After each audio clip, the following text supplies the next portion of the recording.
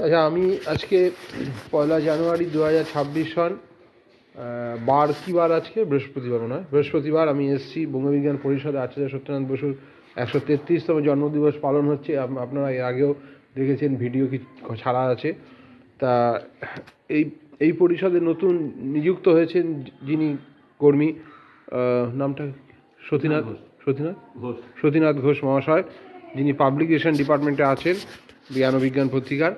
হ্যাঁ, তার মনে করি এই বঙ্গবিজ্ঞান পরিষদের কর্মী হিসেবে এই প্রথমবার সত্যেন বোসের জন্মদিন পালনের তার সুযোগ হয়েছে। তা প্রথমবার জন্মদিন পালনের অভিজ্ঞতা নিয়ে তার কাছে আমি একটু কথা জানতে চাইছি। সত্যেন্দ্রবাবু, আপনি বলুন যে আপনার কেমন লাগছে আপনার প্রথমবার জন্মদিন দেখে, সত্যেন বোসের জন্মদিবস পালন দেখে অন্যদের সাথে।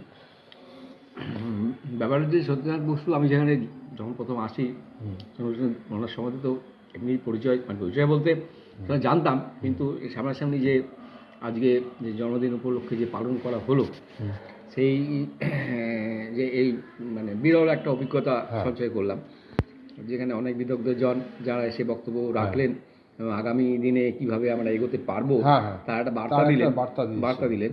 হ্যাঁ, সেই জায়গা থেকে খুবই মানে কী বলবো, যে অনুষ্ঠানটা হলো খুবই বলবো খুবই সুন্দর একটা অনুষ্ঠান হলো, খুবই চিত্তাকর্ষক, মনোমুগ্ধকর। ঠিকই।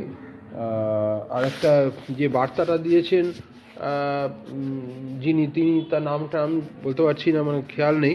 তিনি বলেছেন যে সত্যেন বোসের জন্মদিনে আমরা এটাই শপথ নিই যাতে বাংলা ভাষায়, তিনি যে সত্যেন বোসের সারা জীবনে যে স্বপ্ন ছিল বাংলা ভাষায় বিজ্ঞান শিক্ষা করাবেন বাঙালিদের, সেই বাংলা ভাষায় বিজ্ঞান শিক্ষার জন্য, এবং যে আমরা যেন নতুনভাবে শপথ নিই যাতে এটা তার তার তার উদ্দেশ্যটা, সত্যেন বোসের যে উদ্দেশ্যটা যে বাংলা ভাষায় মাতৃভাষায় শিক্ষাদান, সেটা আমরা যথাযথভাবে কার্যকরী করতে পারি। ঠিক আছে, প্রত্যেকে ভালো থাকবে, নিয়ে আশা রাখি। নমস্কার।